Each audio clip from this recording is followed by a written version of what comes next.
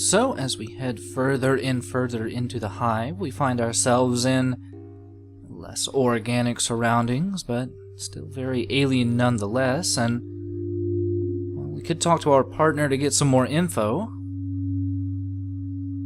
But as per usual, he is not super helpful. Though he does mention that someone is taking a liking to us down here, which is a bit strange. We might as well take a quick look around. And find absolutely nothing, so...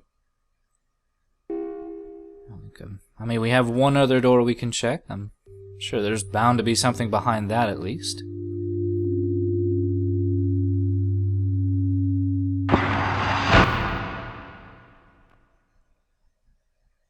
And it's a flower?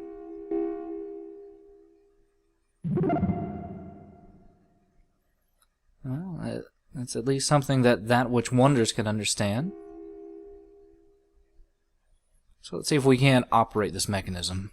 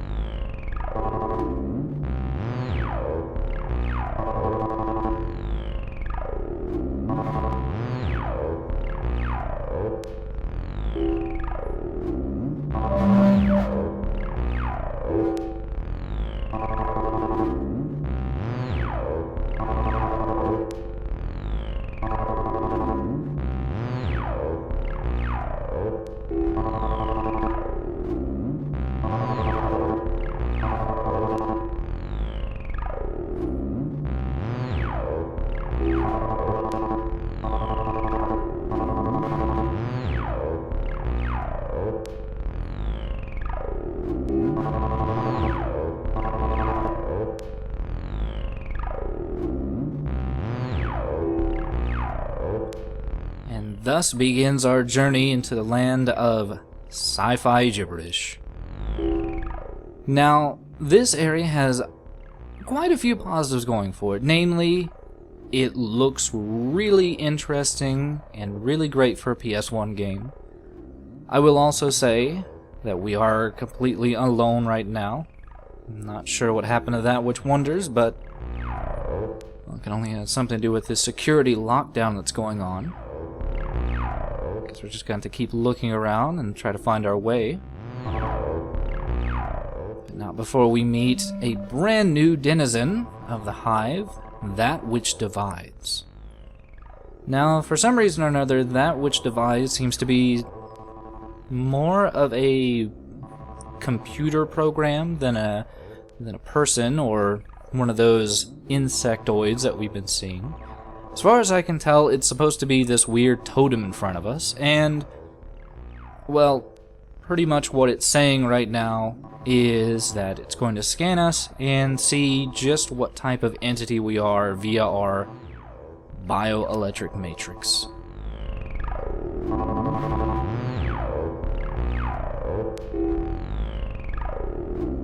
And needless to say, it indicates that we are a human being. But in addition to that, there is something else in our bioelectric matrix that reminds it that of an old one. So there seems to be something else going on inside of our character outside of it just being a human being. But it's this essence of being an old one that it at least garners us a minimum security access. And just what does that mean? Well, it means that we'll be able to access some of the areas in this very confusing place, but not all of them.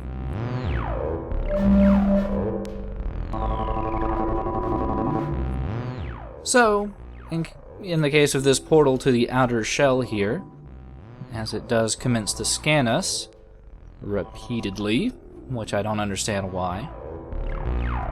We'll find that we have insufficient security access, so I don't know if that's supposed to indicate that it hurts us, but it will give us that little additional indication to tell us we can't go there just yet, but we should be able to in the future. And as we head further and further down this, it almost reminds me of a jellyfish. Something mathematically and structurally sound, but still somewhat organic in nature. We find the corridor is especially long, but there is one thing I wanted to check down here, and it's this sphere off to the left. Seems like just an ordinary translucent floating sphere, but this one is particularly special because it hides that which reveals, which seems to be another alien software, but this one is home to a number of text documents, which I won't be going into because the creators of this game are especially wordy and kind of pointlessly wordy, but the thing I really wanted to look at in here is on the final page, and that's this prince we've heard quite a few mentions of. Sadly though, we do not have the top level security access necessary to get clearance or access to this document.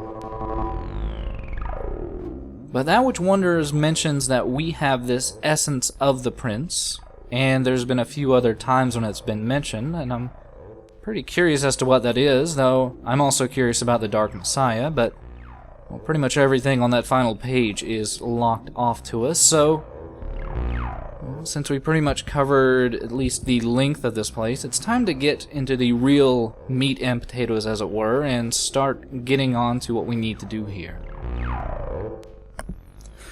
Which, as you can probably surmise, is not very clear. All we've been told by That Which Divides is that there's some anomaly in here. And as we happen into the center of this room, we find what is truly the purpose of this data storage area is, and it's to house human ghosts, apparently. Very, very pointless human ghosts to us.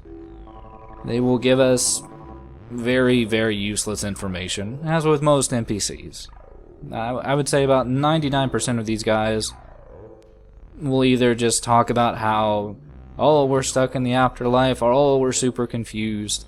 Really, this place is, I don't want to call it padding, but it's unnecessarily large, and well, we're going to be skipping most of it just because it's not terribly interesting and takes a while. Really, we want to just come to this particular square here, where we find mahale. Now, mahale here, as opposed to most of the people, or most of the spirits that we find here, is not terribly into the idea of being stuck in this storage area, and wants to come with us. And sure, we'll oblige. We don't know why, but it's more or less just something we have to do. Because it's, well, pretty much it's the only thing we can do. You can spend, quite honestly, hours walking around just probably 12 repetitive rooms here, talking to random ghosts and getting absolutely nowhere. Only to find that one individual ghost that actually gives you the option to do something, so now that we have mahale inside of us, we can head back to That Which Divides and see if maybe we can't get a secondary scan. Maybe having the spirit inside of us will make a difference.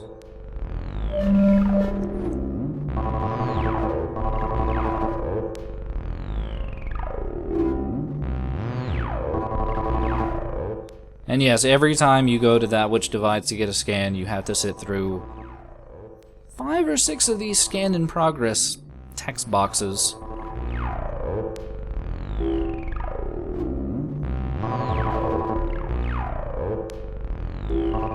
Seems, though, that having mahale inside of us has just confused that which divides even more so.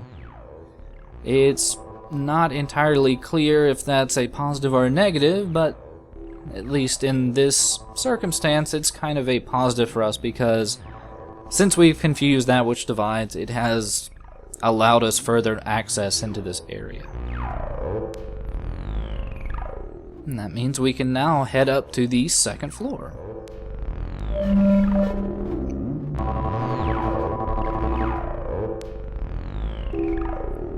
Now, overall, really do enjoy the aesthetic overall of the hive. It's, like I said, it's a nice transition from just the stale metal pointless corridors of the Tokyo Mesh and all of its very odd citizens. And it certainly comes out of nowhere, but once you really get into it, the visuals, while striking, kind of don't go along with just how horrible the puzzles are. Like in this case, we have to go down this certain corridor here because we run into a very familiar face. It's Razo yet again, and he's still as chipper as ever, and it seems that he was purposely looking for us.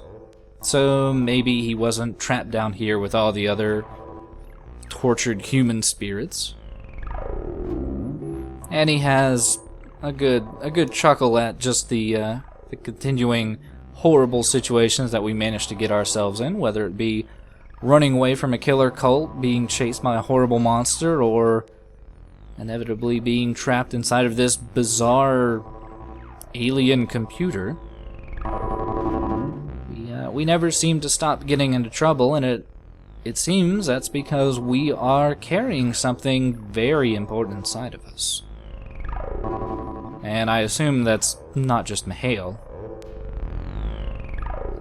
But as per usual, Razo he can't be as straightforward as we want him to be. But he still decides to lend us another additional hand by giving us a very nice gift. And namely, that's that he lends us his bioelectric matrix. Or at least a copy of it. And as to how that will help us, maybe that will confuse that which divides even more. We won't really know until we head down there and have another discussion with that totem. And I guess, going back to how the puzzles are set up in this area, I guess, considering that this is a very alien location, it does make some sense not to have, I guess a cohesive puzzle setup, but it's honestly really difficult to say if that's what if they meant to do something that meta with the setting, or if they really just are that bad at planning out puzzles. But needless to say, we are not completely done up here on the second floor. We want to make our way over to the west side here because there is an item that's easily missed that we do want to pick up.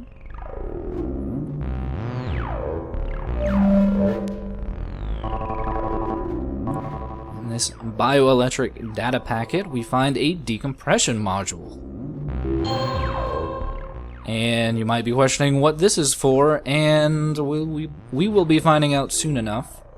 Just keep in mind that, as with quite a few of the necessary plot items in the game, the decompression module can be easily fixed. But before we use it properly, we can get a small taste of just what it does. If we continue along the second floor pathway here, we can happen across another one of those floating bio-information packets.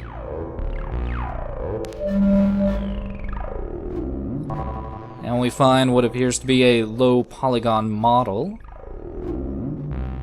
But if we use our decompression module on it,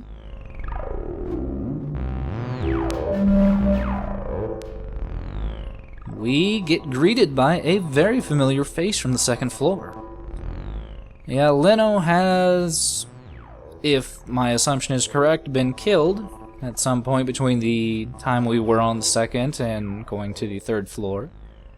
And as you can probably assume, death probably confuses him quite a bit, and he's pretty much amazed that we are not dead ourselves. But he is nice enough to tell us that he did notice that there was another spirit that was brought into this place recently, and that even though he wasn't entirely sure, he was somewhat certain that this person that was just put in here was taken up to the north. So that'll be something to keep in mind.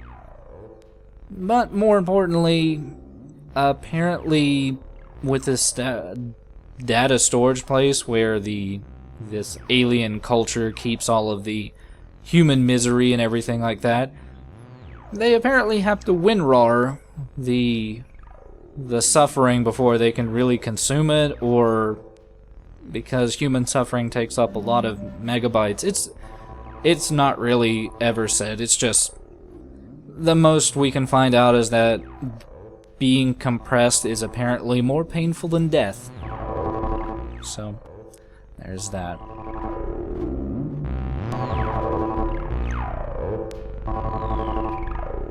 So with our next screening with Razo's matrix inside of us, it appears we've done the impossible and thrown the hive into a state of confusion. Not only is there the old one's matrix inside of us, but there's now apparently Mahale and Razo just causing a number of different oddities going inside of us. And for reasons that are unknown to us, they who decide, which I assume is the people that make the ultimate decisions here, have decided to give us the ultimate high-level security clearance access that we might need. So that means we should be able to go to absolutely everywhere in here and perhaps save that which wanders from being compressed. That also means that we should be able to access I think that little library that which reveals.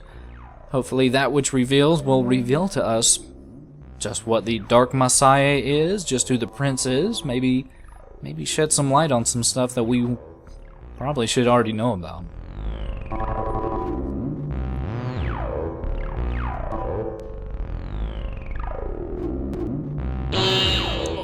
Or not. Okay. Oh, we need full access, not just high access. I'm not actually certain what is higher than full, but well, there's at least one more thing we can do with our high-level security access at the moment.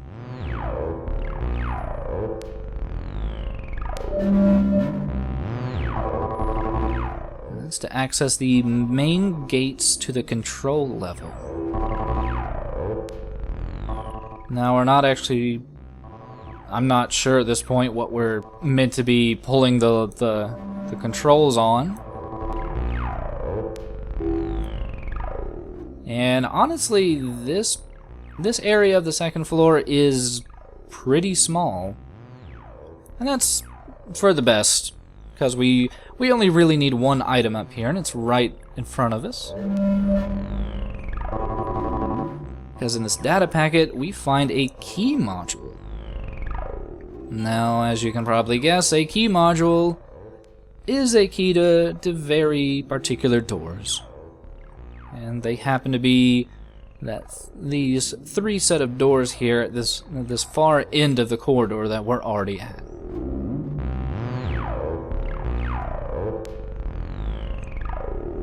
So we might as well take our luck with just one of them.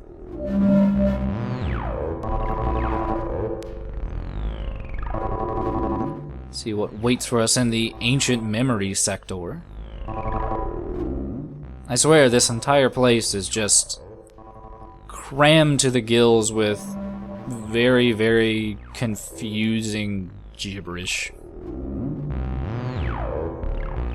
But still, it does have a very, very nice aesthetic.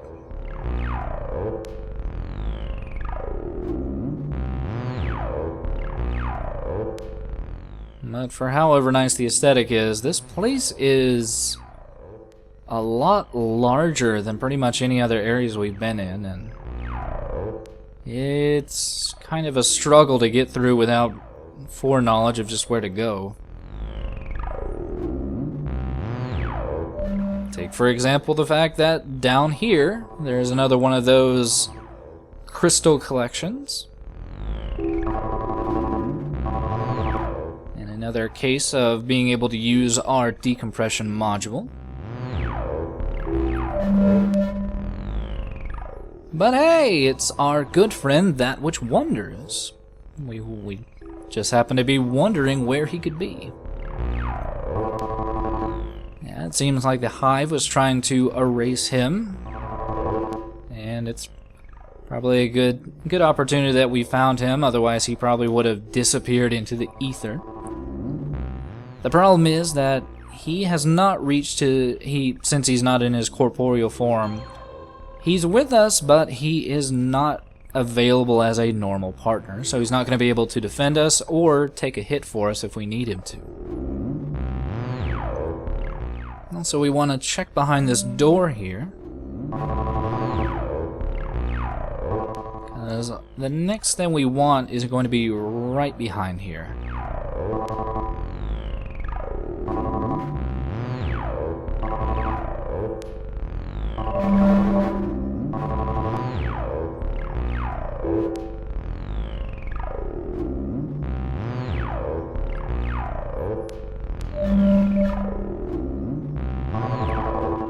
And say hello to the ancient memory of the hive, or what I like to refer to as the plot dump.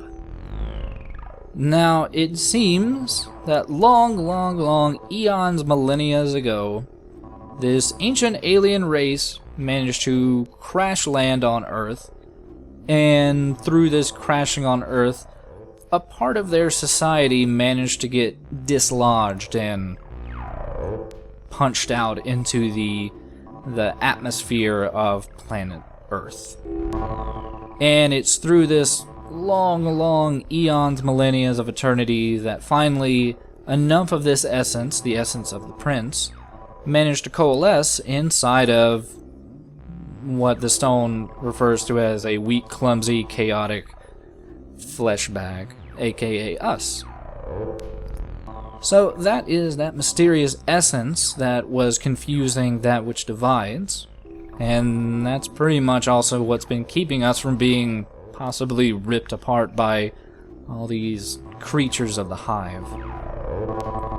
The problem is that while the ancient memory here is more than welcoming us into this inner sanctum of the hive to complete whatever process they've been trying to complete, it's not going to be that simple, because we just hold a mere portion of the prince. There is another portion of the prince and the Dark Messiah that's still kind of out there and still has been chasing us. But we do have full access to the library now, so we can go check that. Or not.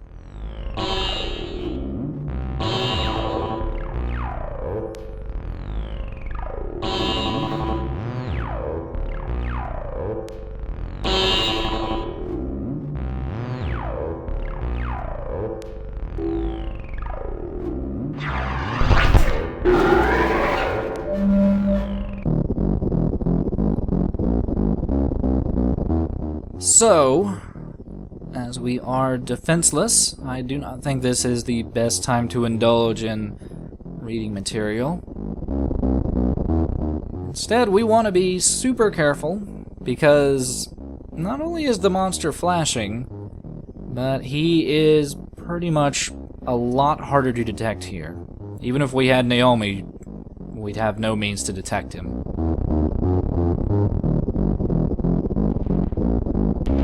All we have to do is head the other way. Okay. All we have to do is head to the complete opposite side of this long hallway. Enjoying our nice funhouse romp through this fuchsia corridor. Because that chamber, that room that the prince/monster manifested itself out of non-Euclidean space, is exactly where we needed to head.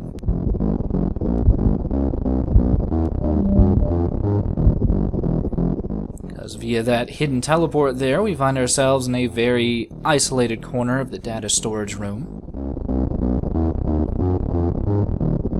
And even though there's nothing immediately evident over here to give us any kind of sanctuary or guidance, we do manage to find a couple of rooms to explore.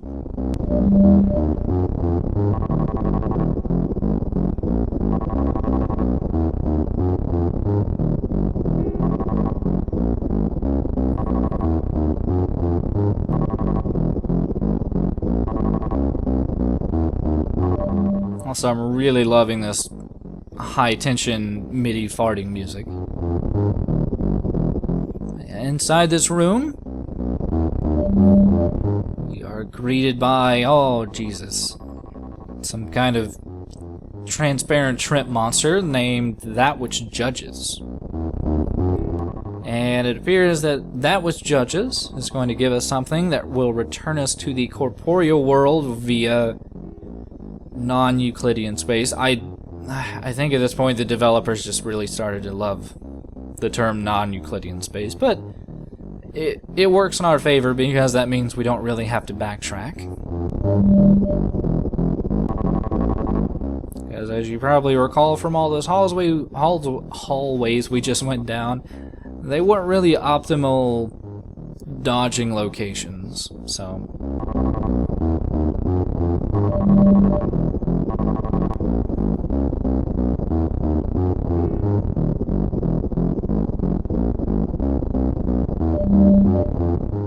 Yep, just like that, with a hop, skip, and a jump through non-Euclidean space. We find ourselves back at the beginning, and you might recall that seemingly empty room before.